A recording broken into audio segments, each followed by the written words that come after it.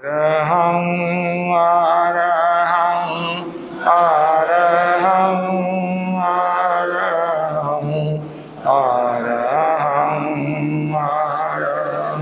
अरहं अरहं अरहं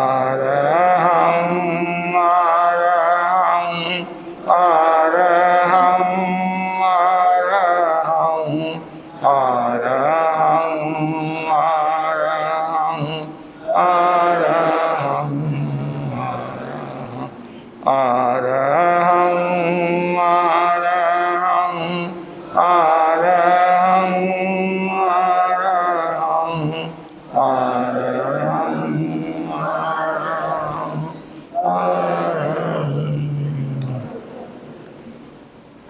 अहिंसा के अवतार भगवान महावीर स्वामी के श्री चरणों में कोटि से वंदन। युग प्रधान आचार्य श्री महासमुद्र के श्री चरणों में कोटि से वंदन। मुनिवृंद, मंचासीन अतिथिगण, उपस्थित धर्म प्रेमी भाई और बहनों, व्यक्तित्व विकास के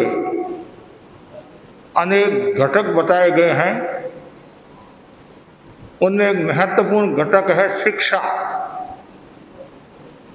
शिक्षा जीवन का अभिन्न अंग है। शिक्षा जीवन की आधारशिला है। शिक्षा जीवन का अभ्युदय है। शिक्षा जीवन को संवारती है, सजाती है, शिक्षित करती है। शिक्षा सत्यम शिवम सुंदरम का समन्वित रूप है। शिक्षा के साथ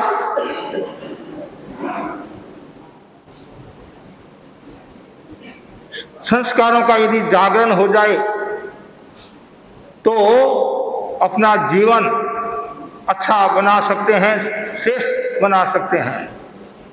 संस्कार के अभाव में व्यक्ति न सत्य की साधना कर सकता है, न शील की साधना कर सकता है, और न ही वह अपना अस्तित्व कायम रख पाता है। इसलिए शिक्षा के साथ में संस्कारों का होना जरूरी है।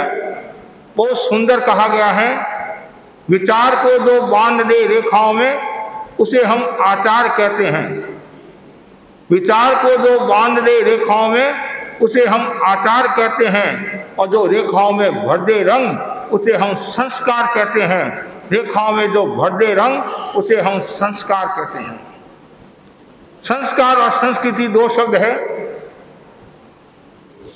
संस्कारों का जो समूह है वह है संस्कृति, और संस्कार है व्यवहारिक जीवन को आलोकित करना।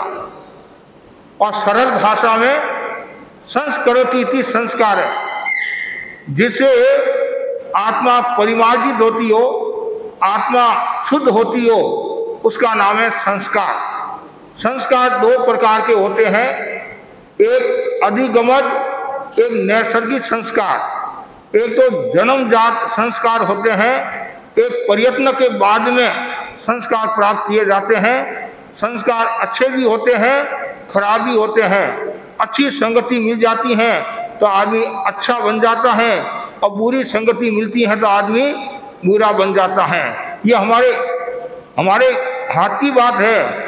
हमारे को कैसा बनना है, भगवान बनना है या शैतान बनना है, विद्वान बनना है, इंसान बनना है, आपके हाथ में है। इसलिए ज्ञानी जन कहते हैं हमेशा अच्छी संगति करो, अच्छे लोगों के पास बैठो, सज्जनों के पास बैठो, अनुभवी लोगों के पास बैठो, और जहाँ कुछ मिलता हो ज्ञान, दर्शन, चारित्र, तप, वहाँ बैठना चाहिए। भगवान महावीर ने बहुत सुंदर कहा है कि जो व्यक्ति शिक्षा को प्राप्त करना चाहता है, संस्कारों को प्राप्त करना चाहता है, तो उसके लिए 5 सूत्र हैं। पहला सूत्र है विनम्रता। जो व्यक्ति जितना ज्यादा विनम्र होगा वह उतना ही संस्कारवान होगा और साथ में शिक्षा को प्राप्त होगा। कितना सुंदर कहा है, नमे तो प्रभु ने गमे, जो नमता है वो गमता है। और 3 शब्द आते हैं, शीश, आशीष और ईश। शीश का मतलब जो सिर झुकाता है उसको आशीष मिलती है, और जिसको आशीष मिल गई ईश्वर प्रभु का दर्शन कर सकता है। अभी आपको बताया गया माता पिता का सम्मान करना चाहिए, और जो व्यक्ति माता पिता का सम्मान करता है वह सम्मान को प्राप्त होता है, और जो माता पिता का सम्मान नहीं करता है वह धिक्कार को प्राप्त होता है। इसलिए आवश्यकता है हमारे भीतर में विनम्रता की साधना होनी चाहिए, और जो जितना ज्यादा विनम्र होगा उतना ही शिक्षा को प्राप्त होगा। इसलिए कहा जाता नहीं, गुरुजनों के प्रति विनय भाव होना चाहिए, माता पिता के प्रति विनय भाव होना चाहिए, बड़ों के प्रति विनय भाव होना चाहिए। पुरानी एक परंपरा रही है, सुबह उठते ही माता पिता को प्रणाम करते थे। आज भी कुछ बच्चे प्रणाम करते हैं, पहले चरण स्पर्श करते थे, पहले क्या करते थे, चरण स्पर्श करते थे, और आज गोदा स्पर्श करते हैं। और गोदा में क्या होता है, दर्द होता है, वो भी दर्द ही देगा और कुछ आपको देने वाला नहीं है। और यहाँ चरण स्पर्श करोगे, अंगूठे अमृत बसे लब्धि टना भंडार। ये जो नमस्कारता यदि यहाँ सिर झुकाता है, प्रणाम करता है, तो उसको एक शक्ति मिलती है, एक एनर्जी मिलती है। तो सबसे पहला जो सूत्र बताया है वह है विनम्रता। दूसरा जो सूत्र बताया गया है वह है सहिष्णुता। सहिष्णुता का मतलब क्या होता है, सहन करना। आज की जो नई जनरेशन है और थोड़ा सा यदि कुछ कहते हैं वो नाराज हो जाती है, मूड ऑफ हो जाता है, खाना पीना बंद कर लेते हैं, बोलना बंद कर लेते हैं, और कभी कभी आत्महत्या भी कर लेते हैं। ऐसा कभी भी नहीं करना चाहिए। यदि आपके मन में भी यदि ऐसा आता है तो बहुत बड़ा पाप है। इसलिए सहना सीखो। आचार्य महाप्रज्ञ जी फरमाते थे, जो सहता है वह रहता है और शेष सब गिर जाते हैं। इसलिए कहा गया है, रंग लाती है हीना पत्थर पे गिर जाने के बाद, और आदमी बनता है इंसान ठोकरें खाने के बाद। आदमी इंसान कब बनता है, ठोकरें खाने के बाद होता है। हमारे साधु जी ने एक संत को कहा, अब बादाम खाया करो अकल आएगी। तो संत ने कहा, बादाम खाने से अकल नहीं आती है, ठोकरें खाने से अकल आती है। जो जितना ज्यादा सहन करेगा उतना ही वह आगे बढ़ेगा। तीसरा जो सूत्र बताया गया है वह है जागरूकता। जागरूकता जरूरी, अवेयरनेस। और जो जितना ज्यादा जागरूक होगा वो उतना ही संस्कारवान होगा, और उतना ही वह शिक्षा को प्राप्त होगा। आप पढ़ाई करते हो, थोड़ी देर तो पुस्तक में मन है और थोड़ी देर टीवी में, कभी उधर देखते हैं, कभी उधर देखते हैं, कभी मोबाइल, कभी व्हाट्सएप, तो फिर आपको ज्ञान कहाँ से प्राप्त होगा, संस्कारवान कहाँ से होगे। इसलिए आवश्यकता है हमारे भीतर में जागरूकता का भाव होना चाहिए। चौथा जो सूत्र बताया गया है वह है स्वस्थता। स्वस्थता केवल तन से नहीं, मन से, भाव से स्वस्थ होना। कितना सुंदर कहा गया है, तन घूमेगा तो शरीर स्वस्थ रहेगा, और मन स्थिर होगा तो मन स्वस्थ होगा। लेकिन आज उल्टा हो रहा है, मन तो घूम रहा है और तन स्थिर है। इसके कारण बीमारियां पैदा हो रही हैं। आदमी श्रम नहीं करता है, मेहनत नहीं करता है, उसके कारण भी बीमारियां होती है। पांचवा जो सूत्र बताया है वह है श्रमशील। हमेशा मेहनत करनी चाहिए, पुरुषार्थ करना चाहिए। जो व्यक्ति पुरुषार्थ करता है, मेहनत करता है, वह शिक्षा को प्राप्त होता है, वो संस्कारवान होता है। तो बस मैं इतना ही आपको कहना चाहता हूँ, यहाँ जितने भी भाई बहन बैठे हैं, जितने भी छात्र छात्राएं बैठे हैं, उन सब के प्रति आध्यात्मिक मंगल कामना करता हूँ।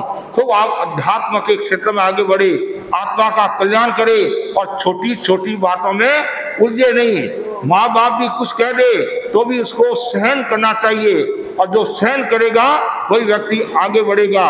कहा भी गया है, जो दूसरों को जीतता है वो वीर होता है, और जो अपने आप को जीतता है वो महावीर होता है। यदि आपको महावीर होना है तो पहले संस्कारवान होना पड़ेगा, और जो संस्कारवान होगा वो महावीर बनेगा। संस्कारवान होगा, उसकी शिक्षा भी फलित होगी, वो हमेशा आगे बढ़ेगा। तो बस सभी के प्रति आध्यात्मिक मंगल कामना, इसी आशा के साथ ओम अरहम।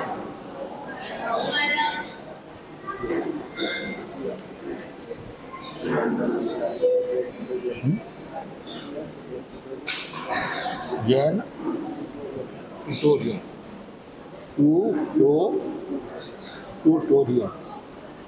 आज तेरापन प्रोफेशनल और जैन ट्यूटोरियल के तत्वाधान में यह कार्यक्रम आयोजित हुआ और कन्या मंडल, किशोर मंडल के बालक बालिकाओं ने भी भाग लिया और भी भाई बहनों ने भाग लिया।